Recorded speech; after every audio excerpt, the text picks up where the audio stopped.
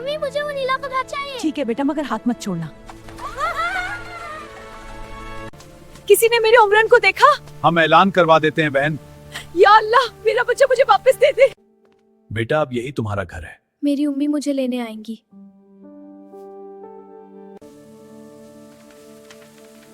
बाजी, अब उम्मीद छोड़ दे। माँ उम्मीद नहीं छोड़ती।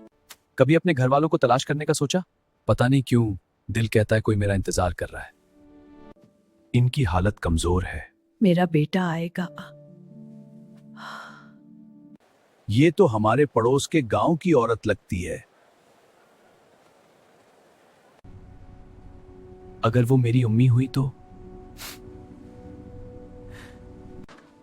उम्मी, मैं जानती तुम आओगे। अम्मी मैं देर से आया, माफ कर दें। कोई बच्चा अपनी मां से जुदा ना हो। मां का इंतजार खत्म हो सकता है, मगर मां की दुआ कभी खत्म नहीं होती।